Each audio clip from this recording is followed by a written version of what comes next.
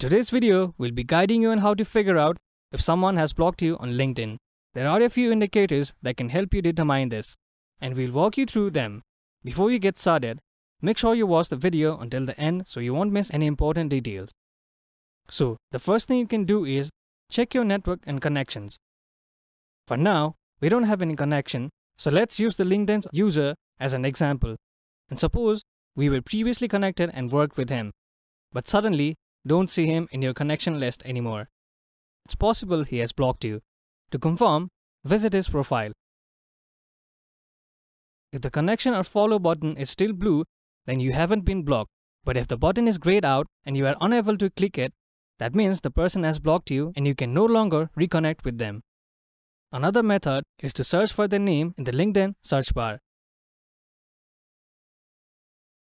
If you can't find their profile or the connect button appears grayed out when you view it, that's a clear sign that you have been blocked. Keep in mind there are many reasons why someone might block you, and unfortunately, LinkedIn doesn't allow you to ask them directly why. And that's it. Thank you for watching. If you find this video helpful, please don't forget to give it a thumbs up and subscribe to our channel for more.